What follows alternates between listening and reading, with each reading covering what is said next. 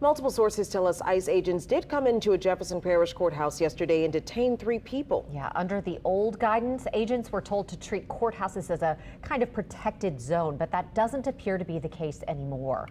Rachel Hanley explains. It's another sign of the ramp up in immigration enforcement, this time in a courthouse. Rachel Tabor is an activist with the immigration rights nonprofit Unión Migrante. She says Thursday, 3 people gave her an eyewitness account of this. 2 plainclothes ICE agents came into the building at approximately 11 a.m. yesterday. They were in the hallway of First Parish Court, and they arrested 3 individuals, 1 woman and 2 men. We talked with the court's judicial administrator, Donald Finger. He says his office was told the same thing, that 2 agents, quote, did show up yesterday and did detain a few people. We were able to get the names of the 3 people that were allegedly detained. Court records show they were all at First Parish Court on Thursday. All 3 of them pled guilty to first offense DWI charges. If all of this happened the way that witnesses describe, it doesn't appear that the agents broke the law.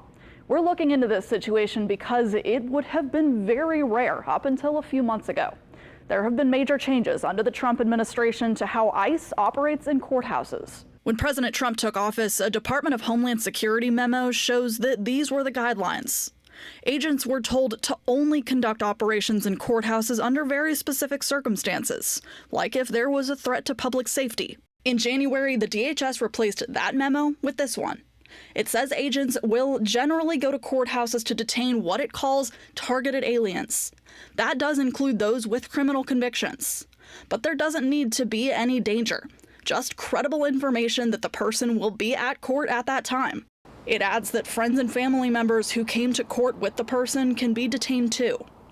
The memo argues courthouse operations are safer for agents, in part because people can't bring weapons inside. On the other hand, many advocates like Tabor are worried it will keep people away from court. We're really concerned that this is going to impact the ability of witnesses, survivors, victims of crimes to come and share testimony.